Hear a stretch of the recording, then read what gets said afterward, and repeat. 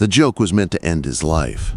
That was the truth Mark Bates felt in his bones the moment the deed touched his hand and the lead rope was dropped at his feet. 40 years of work ended not with a handshake, but with laughter echoing through a hot Montana barn. The Double C Ranch baked under a hard July sun. Dust hung in the air like smoke, floating through sharp beams of light that cut down from the high windows.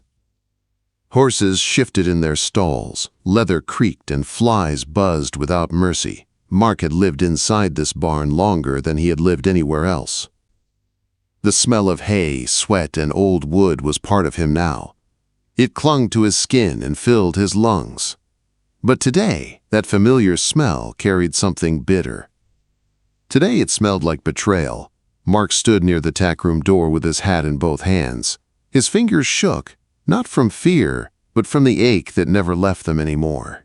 64 years old, worn thin by weather and work, his back bent just enough to tell the story of every winter fence mended and every calf pulled from the mud. He wore his best shirt, stiff with starch, the collar rubbing his neck raw.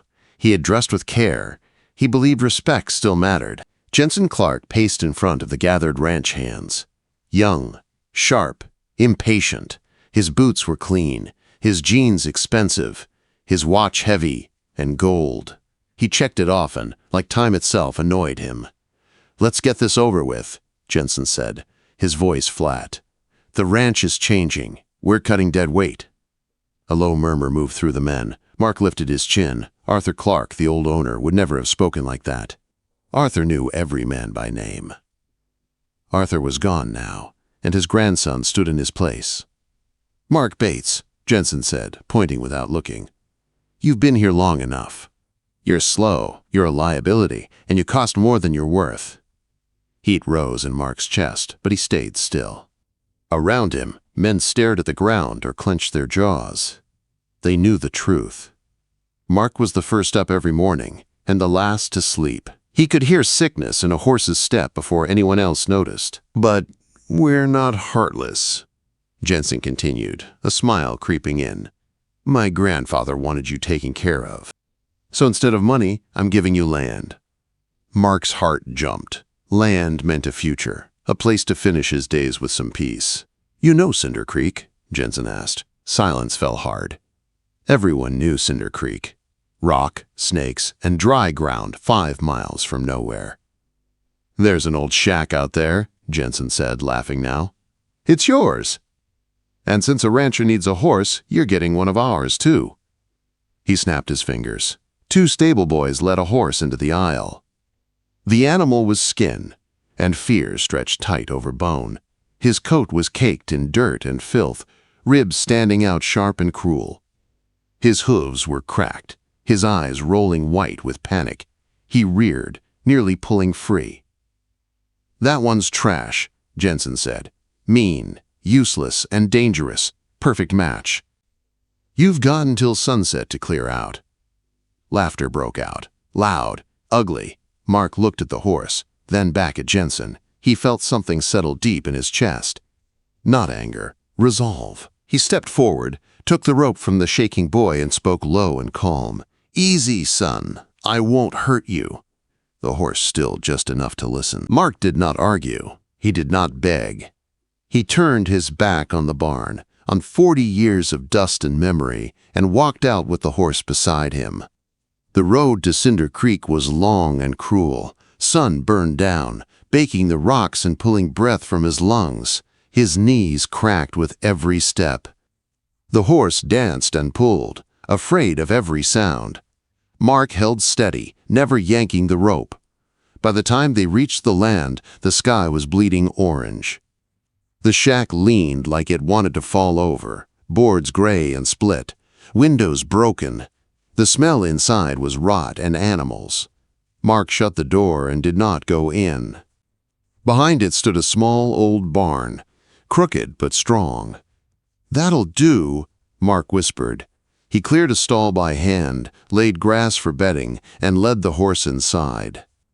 All he had was a bucket of creek water and 1 apple. He cut it and offered a slice. The horse snapped at the air, then finally crunched it when Mark sat back and turned away. That night, Mark slept in the stall, Wind moved through the cracks. The horse paced, then slowly grew quiet. Hunger gnawed at Mark's stomach, but he slept anyway. Outside, Cinder Creek whispered through the dark.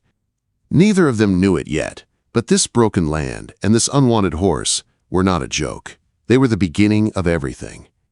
The days that followed were harder than anything Mark Bates had ever known, and that truth surprised him.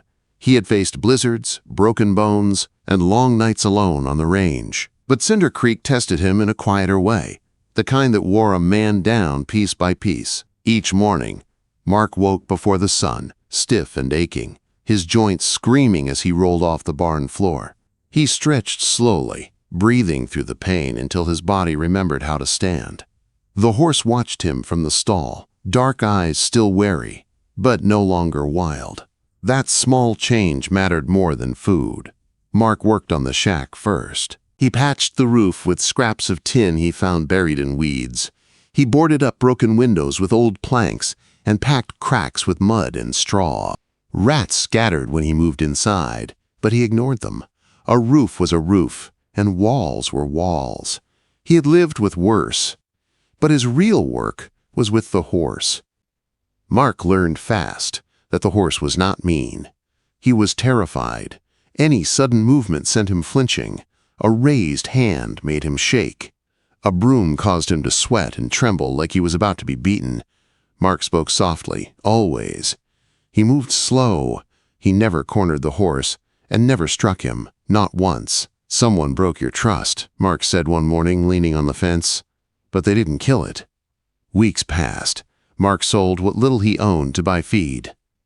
He ate beans and stale bread so the horse could have good hay. Slowly, ribs softened. The coat began to shine beneath the dirt. Then the storm came. The sky turned an ugly green, heavy and wrong. Thunder cracked so hard it shook the ground. Wind tore at the land like it wanted to peel it apart. Mark looked out and saw the horse running the fence, screaming in fear, wire snapping under his weight. Mark ran into the rain without thinking. He barely managed to get the horse into the barn before lightning split the sky again. Inside, the noise was worse. Thunder hammered the tin roof. The horse reared and struck the walls, eyes rolling, body slick with sweat. Mark closed the door and sat down in the middle of the stall. He did not fight the horse. He did not shout. He sang. His voice was rough and cracked, an old hymn his mother used to hum. He sang through the thunder, through the shaking boards, through his own fear. He sang until his throat burned and his voice faded into breath. Slowly, the horse stopped crashing. His breathing eased. The storm moved on. When morning came, Mark woke with a warm breath on his neck. The horse stood over him, calm, curious, and close. For the first time, he did not flinch when Mark touched him. That was the moment everything changed. Mark cleaned the horse that afternoon, scrubbing away years of filth. Beneath the dirt was a rare blue roan coat, shining like steel. When Mark washed the horse's hip, his hand brushed a brand, old and hidden beneath scar tissue. Mark froze. This was no ranch mark. This was a breeder's mark. Later, he lifted the horse's lip and found a faded tattoo in the gum. Numbers. A letter. Mark stared at it, heart pounding. "You're not trash," he whispered. "You're something else." The answers came faster than he expected. Martha Higgins, the town clerk, drove out 2 days later. She stared at the land, the steady flow of the spring Mark had cleared, and the horse grazing calmly nearby. "This water isn't nothing," she said quietly. "This land sits on the valley aquifer. You're standing on gold." That night, she returned with shaking hands and papers in her grip. "The horse was reported stolen 3 years ago," she said. "His name is Northern Dancer's Echo. He was worth more money than you've ever seen." Mark's stomach dropped. Before he could speak, dust rose on the road. A black truck came fast. Jensen Clark stepped out, eyes locked on the horse. "I'm taking him back," Jensen said coldly. Mark stepped in front of the gate. "No," he said. Jensen smiled, but it was sharp and ugly. "Then I'll crush you." The fight had begun. And Mark Bates knew the next choice he made would decide everything. Jensen Clark did not waste time. Within days, the pressure closed in from every side. Mark woke one morning to find his fence cut clean through. The horse stood near the barn, confused but waiting. The message was clear. Then came the papers. A sheriff's deputy arrived with a stiff face and a lawsuit in hand. Fraud, theft, false transfer of property. Jensen's name was stamped across every page. The worst blow came the next morning. Mark tried to drive to town for feed and found the road blocked. A massive tractor sat sideways across the only exit, silent and unmoving. Jensen claimed it had broken down. Mark knew better. He was being boxed in. With no truck access, Mark saddled the horse and rode to town. Heads turned when they entered the feed store.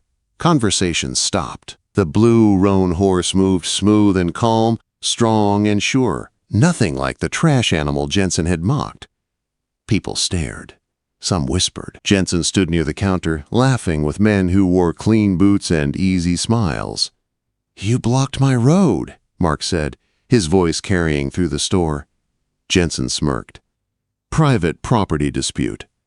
Mark nodded once. "Then let's settle it."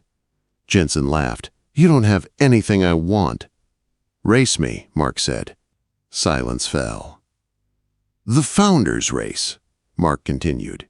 "You win. I sign everything back, land and horse. I walk away. If I win, you drop the suit, clear the road, and admit in writing that what you gave me is mine." Jensen looked at Mark's age, his hands, his worn clothes. He saw an easy win. "You're on," Jensen said. Race day came cold and clear. Riders crowded the start line. Jensen sat tall on his expensive horse, dressed sharp and clean. Mark wore his old jacket and hat. His horse wore simple tack, nothing forced, nothing tight. The gun fired. Jensen pushed hard from the start, forcing speed. Mark held back. He listened to the horses' breathing. He trusted the ground beneath them. When the trail turned rocky and narrow, the race changed. Horses stumbled.